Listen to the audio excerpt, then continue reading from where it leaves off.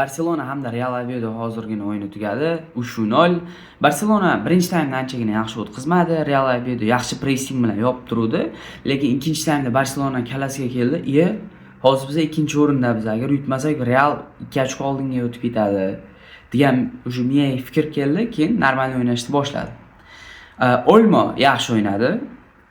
Cancelo normalni, Baldedan yaxshiroq men uchun Cancelo har doim. Yamal super takoy bisikleta golga ham dahshat o'ynadi. O'zi Yamal anchagina formasini yig'ib oldi.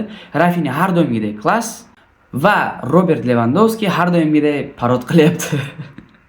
Robert Lewandowski shu bir 5 ta shansi bo'ldi, 5 ta shansni ham parod qildi xullas. Det уже постарел. Det sochish kerak. Kontraktini uzaytirish kerak deydi. Bilmadim. Robert Lewandowski men uchun уже yetadi уже Robert Lewandowskiga. Kстати, yana bitta narsa, Gerard Maldini dunyodagi eng zo'r himoyachi. Просто kayf bordim. Kстати, Ferrari Torresga nima bo'ldi? Ferrari Torres nima chiqmayapti?